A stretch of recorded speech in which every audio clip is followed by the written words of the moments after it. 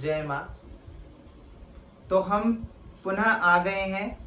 मैंने कहा था आपको कि आज की कहानी में मैं ये बताने वाला हूँ कि भगवान श्री कृष्ण के बक्षस्थल पे किसके चरण चिन्ह हैं। इसके पीछे एक कहानी है।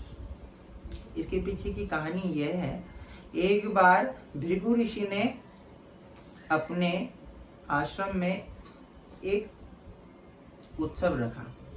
उस उत्सव में सभी ऋषिगण आए तो सबने पूछा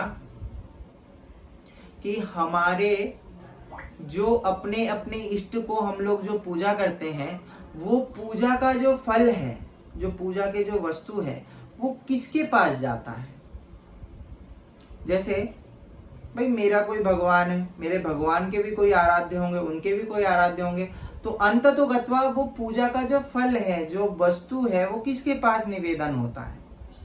इसी क्रम में नारद जी वहां प्रकट हुए। नारद जी से ये प्रश्न किया गया। तब नारद जी ने इस प्रश्न का उत्तर दिया कि जो त्रिगुणों से रहित हो, जो तीनों गुणों से, सत्व तम रज, इन तीनों गुणों से रहित हो, क्रोध से रहित हो, उसी के चरणों में हमारे इष्ट का जो भोग है, प्रसाद है, वो उनके चरणों में समर्पित होता है। ऐसे में पूछा गया त्रिगुणों से रहित कौन है, त्रिदेवों में ऐसे कौन है जो तीनों गुणों से रहित है। तो नारद जी ने कहा आप स्वयं जाके परीक्षा ले लें। ऐसे में भृगु ऋषि ने इस पूरे कार्यक्रम का परीक्षा लेने का जो उत्तरदायित्व अपने कंधे पे लिया। सबसे पहले भृगु ऋषि ब्रह्मलोक गए। भृगु ऋषि स्वयं ब्रह्मा के मानस पुत्र थे। ऐसे में जब वह ब्रह्मलोक में पहुंचे तो देखे माता सरस्वती नित्य गीत में व्यस्त है। ब्रह्मलोक में गीत वाद्य बज रहे हैं, गीत चल रहा है, ब्रह्मा जी ध्यान में मग्न हैं। ऐसी परिस्थिति में भृगु जी चिल्लाए, क्रोध करके बोला, अरे तुम सब लोग नित्य गीत में व्यस्त हो, आए हुए का भी तुमको भान नहीं है, आए हुए अतिथि का सम्मान का भान नहीं है, क्या होगा तुम्हारा। ऐसी बात जब ब्रह्मा जी सुने तो ब्रह्मा जी क्रोधित हो गए। हैं, मैं तुम्हारा पिता होके मैं तुम्हारा सम्मान करूंगा। हमारी संस्कृति में पिता का पुत्र सम्मान करता है, पुत्र का पिता नहीं सम्मान करता। भृगु ऋषि समझ गए कि पिता ब्रह्मा भी काम क्रोध लोभ मोह से युक्त है, तीनों गुणों से युक्त है। इस कारण से उन्होंने अपने पिता से क्षमा मांगी और वे शिवलोक रुद्रलोक चले गए। कैलाश पर्वत में माता पार्वती और भगवान शंकर चौसा खेल रहे हैं। अंतर भवन में चौसा खेल रहे हैं। बाहर पहरेदारी कर रहे भगवान नंदी। नंदी जी को भृगु जी देख के बोले, अरे भगवान शंकर कहाँ है, मेरे को उनसे मिलना है।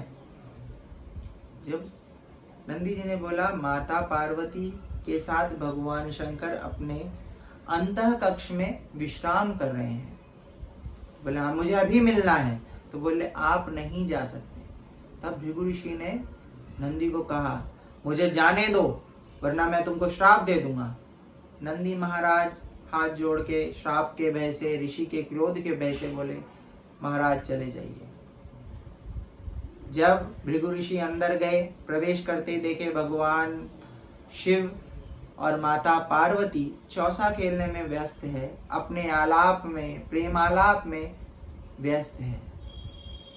तो जाते ही भृगु ऋषि ने कहा अरे आए हुए अतिथि का भान नहीं आपको, मेरे को देख के आपने सत्कार नहीं किया। शंकर जी ने तुरंत बोला कि आप बिना अनुमति के किसी के अंतः कक्ष में कैसे आ सकते। क्रोध करने लगे। क्रोध करके इतना क्रोधित हो गए कि अपने तृतीय नेत्र के ज्वाला से, जैसा मान लो भृगु ऋषि को भस्म कर देंगे। इतने में माता पार्वती ने उनको शांत करवाया। और जब भगवान शंकर को भृगु ऋषि की मनसा का पता चला तो भृगु ऋषि को उन्होंने शाबाशी दी और कहा अरे आप जैसे हिम्मतवान व्यक्ति भी होने चाहिए जो त्रिदेवों की परीक्षा लेने चले। ऐसे करके भगवान शंकर से क्षमा मांगते हुए भृगु ऋषि वैकुंठ लोक पधार गए। वैकुंठ लोक में भगवान विष्णु और माता लक्ष्मी प्रेमालाप करने लगे। प्रेमालाप में उन्होंने ध्यान ही नहीं दिया भृगु ऋषि आए हैं। तो भृगु ऋषि फिर चिल्ला के बोले, क्रोध में भर के बोले, अरे आए हुए अतिथि का भान नहीं है तुमको, क्या प्रेमालाप में तुम ऐसे लुप्त हो। और जाके भगवान विष्णु के श्री वक्ष में, वक्षस्थल में अपने पैर जमा दिए। जैसे ही पैर जमाए, भगवान विष्णु क्रोध नहीं किए। भगवान विष्णु ने उनको बिठाया और उनके चरण दबाए और उनसे क्षमा मांगी कि हे मुनिवर, हम अपने आप में व्यस्त थे, हम आपको देख ना सके, आप हमें क्षमा करें और हमारी भूल को मार्जना करें। तो भगवान विष्णु के इस बात को सुनकर भृगु ऋषि समझ गए कि विष्णु ही वह है जो 3 गुणों में युक्त होकर भी 3 गुणों से रहित है, यानी कि सारे पूजा का जो फल है विष्णु के चरण में समर्पित होता है। ऐसा समझ के वे हाथ जोड़ के जाने लगे। लक्ष्मी जी बोली, नहीं नहीं, आप नहीं जा सकते। आपने मेरा जो अपमान किया उस अपमान का प्रतिफल दे के जाइए, मुझे मेरे को बता के जाइए क्या कारण से आपने मेरे को अपमान किया। आपने भगवान विष्णु के वक्षस्थल पे पैर रखा, वक्षस्थल पे तो मैं विराजती हूं। ऐसी स्थिति में माता लक्ष्मी ने भृगु ऋषि को श्राप दिया। क्या श्राप दिया?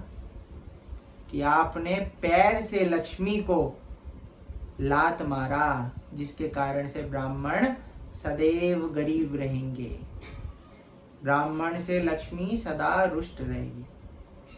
इसी प्रकार की कहानी के कारण भगवान विष्णु ने भृगु ऋषि को वरदान दिया कि आपके जो श्री चरण के चिन्ह हैं मेरे वक्षस्थल पे सदा विराजित रहेंगे। इसीलिए कान्हा जी के वक्षस्थल पे वो चरण का चिन्ह है।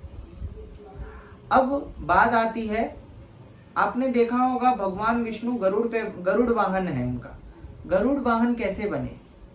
गरुड़ को ही क्यों वाहन बनाया गया? इसके पीछे की क्या कहानी है? तो इस चीज के बारे में जानने के लिए, इस कथा के विषय में और विस्तार पूर्वक जानने के लिए हम मिलेंगे अगले वीडियो में। तब तक के लिए धन्यवाद। जय माता।